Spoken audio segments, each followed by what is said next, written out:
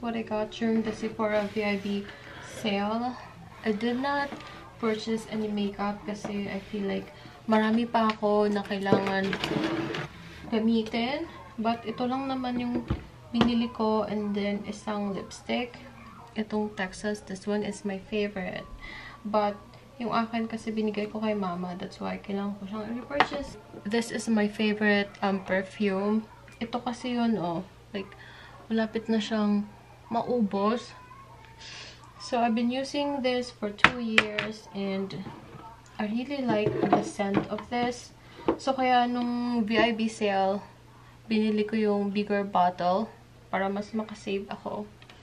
So, I got the bigger bottle. I would probably make like my top 5 yung favorite kong perfume.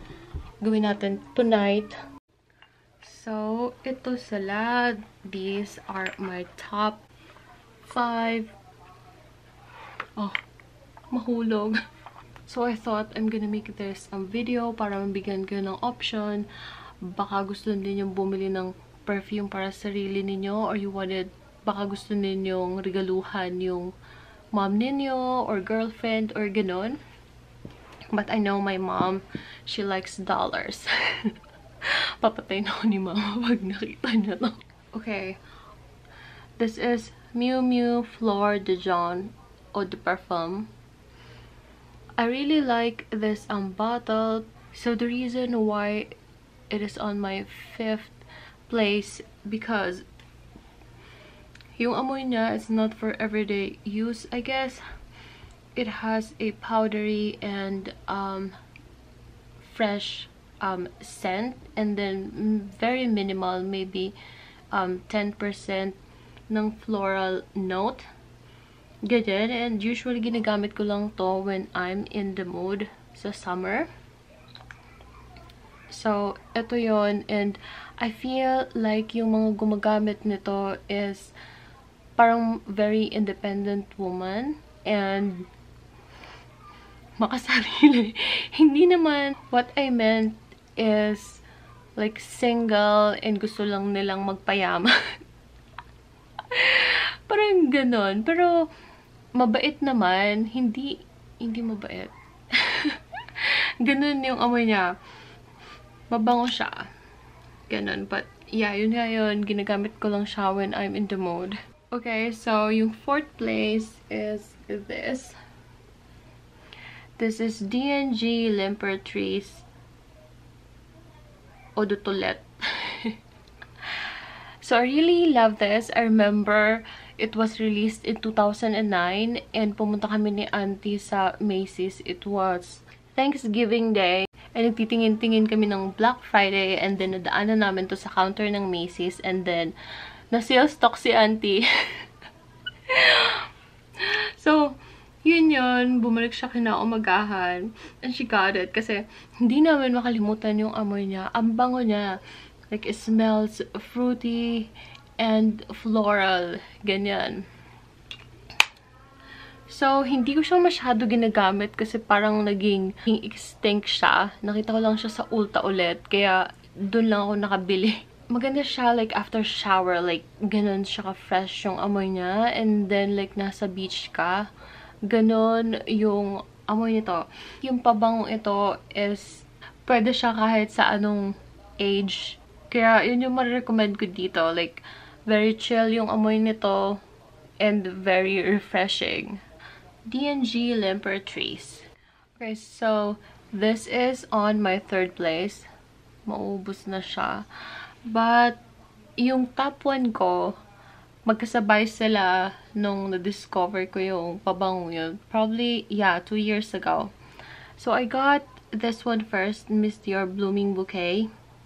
Probably it was summer, and then I really love it. I still love it. Yung amoy nito is, yung amoy niya is, yung parang hindi makabasag pinggan.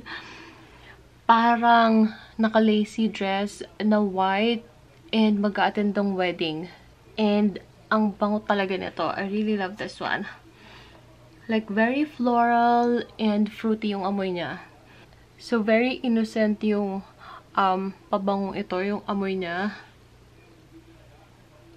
That's why I like it. And favorite din ito ni Dan. And then naman, this one. Okay, so this is my top 2 favorite. Ralph by Ralph Lauren. This one is my favorite since college. I got this because umuwi si auntie. Alam niyo naman, very expensive yung perfume doon sa Philippines. Nagkakameron lang ako pag umuwi si auntie. And then, isa ito. And then, meron pa ng isa. I think Estee Lauder. Yun na yun yung mga perfume na yun. Ralph. Yung polo. Basta, nakikita ko pa siya sa mind ko. Kasi, binigay niyo sa akin. And ito. And then, yung Estee Lauder. And then, meron ng Lancome. Yun yun. This one. Try ninyo ito. And I think, unisex yung pwedeng gamitin ito. Like, it reminds me of, you know, yung wala pa akong iniisip na magluluto. Yung iniisip ko lang is, kailan kaya darating yung allowance ko? Yung amoy niya is very fruity and floral and fresh. Ganyan siya. I like it pag, like, after kong mag-shower, spray ko siya. Ganun siya. Parang, it gives me a good vibe. So, kaya, minsan, pag halimbawa, I feel so stressed or ganyan, ini-spray ko to. And then, ito na yung top 1. Tan-tan-tan! Moon Party by YSL. So, I've been using this for 2 years now and siya lagi yung nire-repurchase ko. I think yung Miss Dior, like, I think twice ko lang siya, like, no, once ko lang siya nire-repurchase, ganyan, and that, yan na yun. Ito, like, siya lagi talaga yung nire-repurchase ko kasi I think this is my signature scent.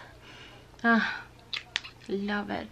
This one, it smells like floral, fruity, and then meron siya ng konting musk.